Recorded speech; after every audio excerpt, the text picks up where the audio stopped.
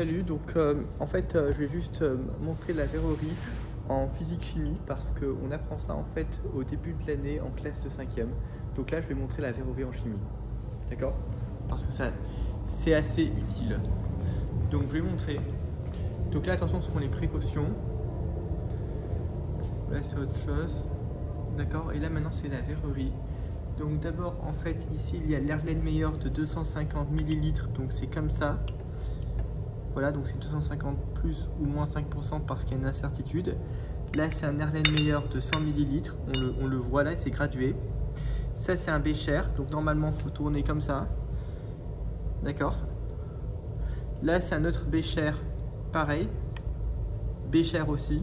Donc, ça, ce sont des béchers. Bécher 150 ml. Donc, on verse en fait du liquide comme ça. D'accord, donc c'est des produits chimiques. Alors attention, évidemment, je vais dire un truc là, je ne manipule pas de produits chimiques, mais normalement, il faudrait porter une blouse, des gants, des lunettes de protection. Ça, donc c'est un entonnoir. L'entonnoir comme ça, d'accord. On verse un liquide, puis après ça passe ou pas. Là, donc c'est les éprouvettes graduées. Donc là, c'est 100 ml par exemple. On a des 25 ml. Donc c'est ça en fait. On a ensuite une fiole 200 ml, plus ou moins 200, avec une marge de 0,15. Là aussi c'est 250 ml. Il y a un bouchon. Là ce sont les fioles encore. Et là c'est un mortier. Alors c'est au lycée où on apprend ce truc, mais c'est un mortier. Et là c'est un buncher. Voilà. On va passer à côté. Donc là c'est pareil. Là c'est notre verrerie aussi qui fonctionne. Pareil. Donc c'est même produit. Autre chose encore très intéressant, c'est là on a des pipettes, d'accord. Là c'est de l'eau distillée. Alors c'est non dangereux, c'est pas du tout dangereux. On a ici des marqueurs, alors c'est pour écrire.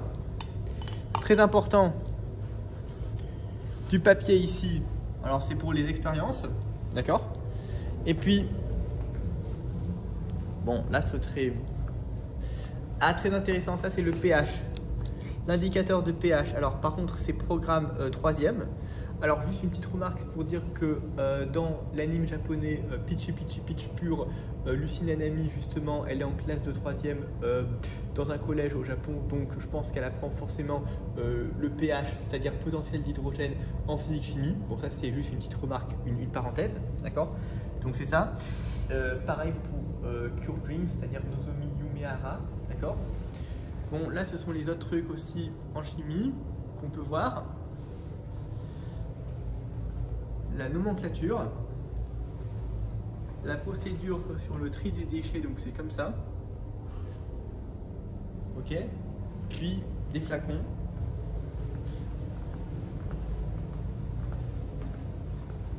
Même produit, donc là en fait, pas mal. Donc c'est dans une salle de classe. La coulométrie. Donc c'est ça en fait, donc là c'est ce que je viens de montrer.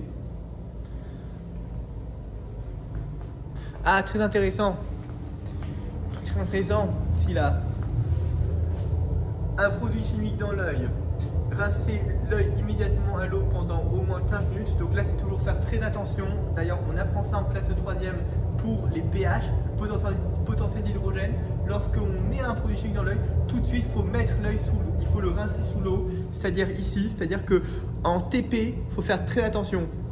Mais là encore, je pense que Lucie Nanami, enfin, elle est au courant parce qu'elle est en 3e, pareil que Nozomi Yumehara, d'accord. Donc voilà, ça c'était juste une petite remarque. Ok. Donc faire très attention. Là, c'est de l'acétone comme produit inflammable. Donc déjà, il y a les pictogrammes de sécurité aussi. Là encore, c'est programme de 5e. Au début de l'année, on apprend ça, dès le début de l'année. D'accord. Donc là, je parle aussi de la classe de 3e. Là, donc c'est en fait pour faire en sorte que l'eau tombe. Donc là, on avait mis, là, il y a écrit du NaOH. Voilà, donc c'est un produit. Voilà. Bon, c'est ce que je voulais montrer. Il y a les pipettes. Et c'est tout. Très intéressant maintenant. Alors, je vais juste montrer un petit truc aussi très intéressant.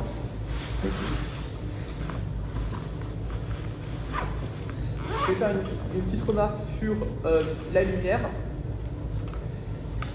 Juste un truc maintenant très intéressant aussi.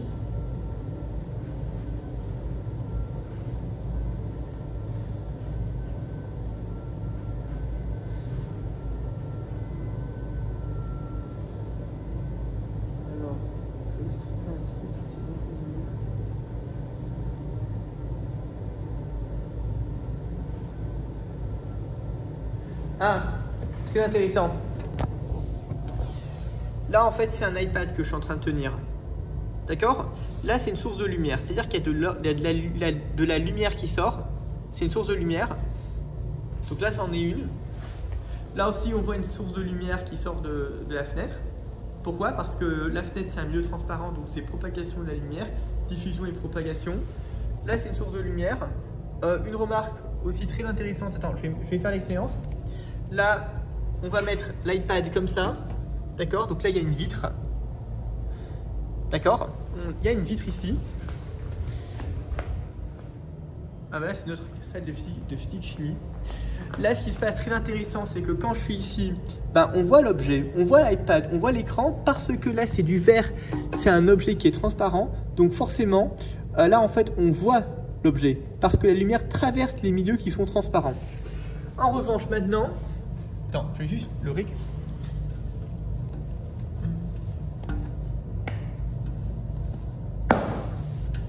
Ah merde. Bon, attends, je vais passer de l'autre côté.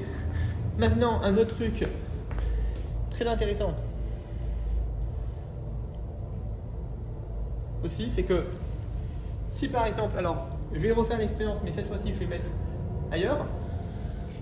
Par exemple, là en fait, là par exemple, d'accord, je mets l'iPad ici, je me mets ici par exemple, bah là on voit pas l'iPad. Pourquoi? Parce que là c'est une table, il est opaque, donc ça ne laisse pas passer la lumière. Par contre, comme c'est blanc, c'est un objet diffusant, donc ça renvoie la lumière.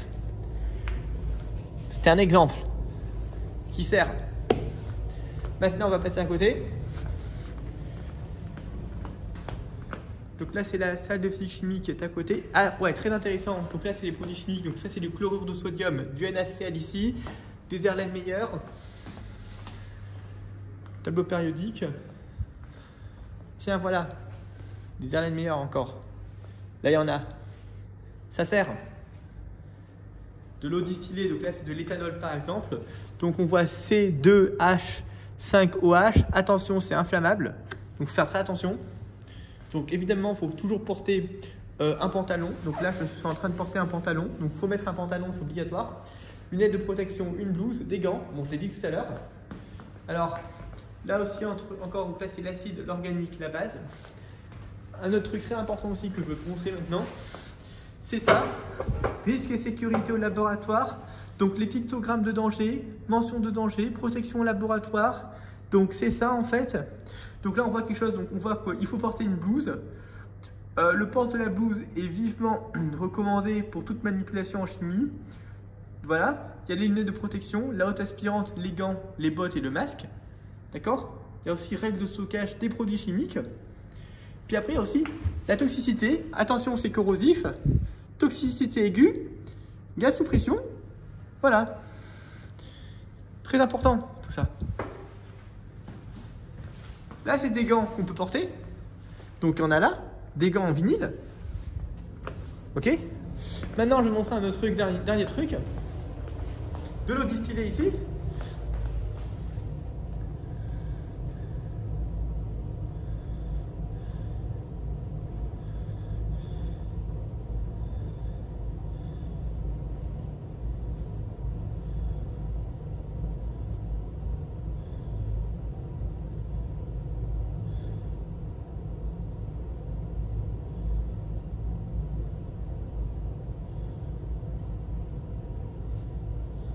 Tiens, Nozomi, voilà, qui est en 3e. Eh bien, c'est elle. Elle apprend ces trucs. Voilà. Puis,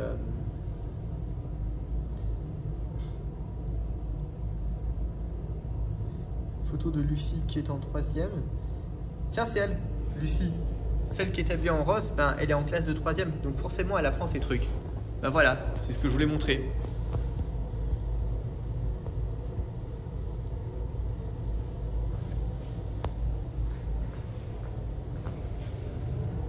Très important quand même. L'ammoniac, il faut manipuler avec précaution, des gants, une blouse, voilà.